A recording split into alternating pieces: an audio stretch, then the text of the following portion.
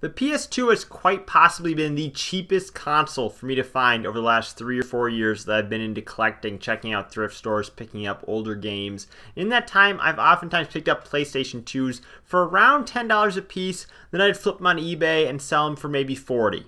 And along the way, I also picked up a very clean fat model that I decided to keep for myself alongside my childhood Slim. And then recently, I'd say probably in October of 2020, I bought a second fat model for only $5 at my local thrift store. And funnily enough, it was because somebody had probably mismarked it. They had put it as a 4 parts item, said that it was missing the hard drive, though few people seldom even use a hard drive in their PlayStation 2. So the fact that it was missing wasn't weird at all. It was a perfectly fine working console.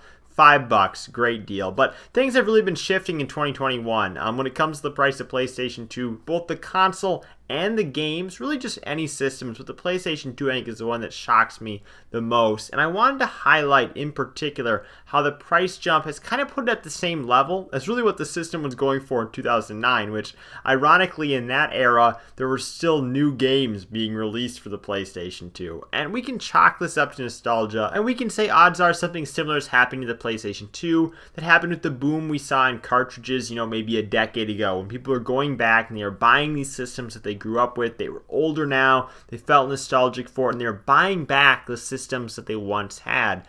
And we've seen it with other consoles, like I said, particularly the Wii, which has seen a similar price jump lately.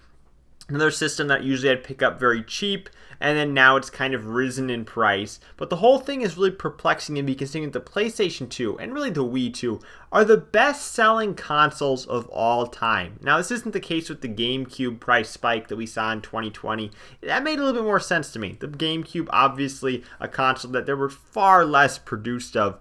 These are the two most common consoles of all time. Now, furthermore, the increase in price on the PlayStation 2 consoles is primarily on just the fat model. And it's just a little bit of a price increase in the Slim. In terms of functionality, for a typical consumer who's buying these, the two systems are interchangeable. They both play PlayStation 2 games, they use 95% of the same accessories, and they play 99% of the same PlayStation 1 games when it comes to that backwards compatibility. Now, I will say that the fat models do carry a hard drive port, and the Slim model lacks this, and someone using, say, a free McBoot memory card may find it desirable to have that hard drive slot, because maybe they want to load games off OPL, something like that. Now, you could do that on a Slim as well, using a USB drive and just that front USB slot.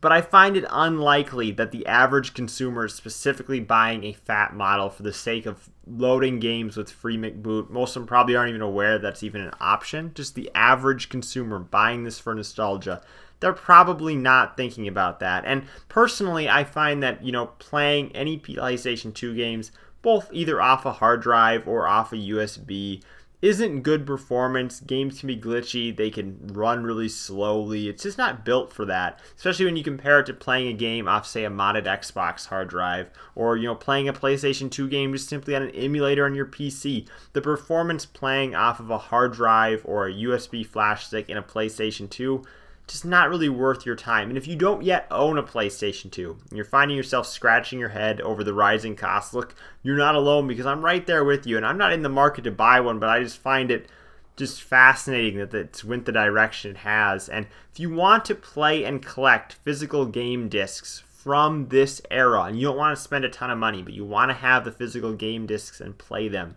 and you don't own a PlayStation 2 yet, I'd tell you go with the original Xbox. The original Xbox has the cheapest in terms of the three consoles, the GameCube, the PlayStation 2, the original Xbox. Those multi-platform titles seem like they're usually cheapest on the original Xbox. Not to mention that some of these games are even playable on the Xbox One, because some original Xbox games, you can put that disc into an Xbox One, heck, even an Xbox Series X now, and it'll be playable. However, these are the games where the original Xbox title may not necessarily be the cheapest. Now, the original Xbox could also be a good investment too. You think about, first we had a GameCube boom, then we had a PlayStation 2 boom. Is the original Xbox, the next boom that's going to be upcoming? Right now the prices are low, and maybe that'll be the next boom. It's just a simple, buy low, sell high type of investment. You could get in on the ground floor, on the original Xbox games. I think it's unlikely. I feel like it's a system that probably holds a little nostalgia to most people compared to the PlayStation 2 or the GameCube. But, you know, I've already been surprised how this year has went, how last year has went. The price increases that we're seeing and the fluctuation that we're seeing in these older systems is something I would have never anticipated 2-3 years ago, where I'd have held on to all those PlayStation 2s that I flipped for, you know, a $20 gain. So I'd like to hear your thoughts on the PlayStation 2 price jump, and, you know, still early 2021. What do you think? Is this going to continue throughout the year, or is it going to die off? So thank you guys for watching. I'm Bailey, and I will see you in the next video.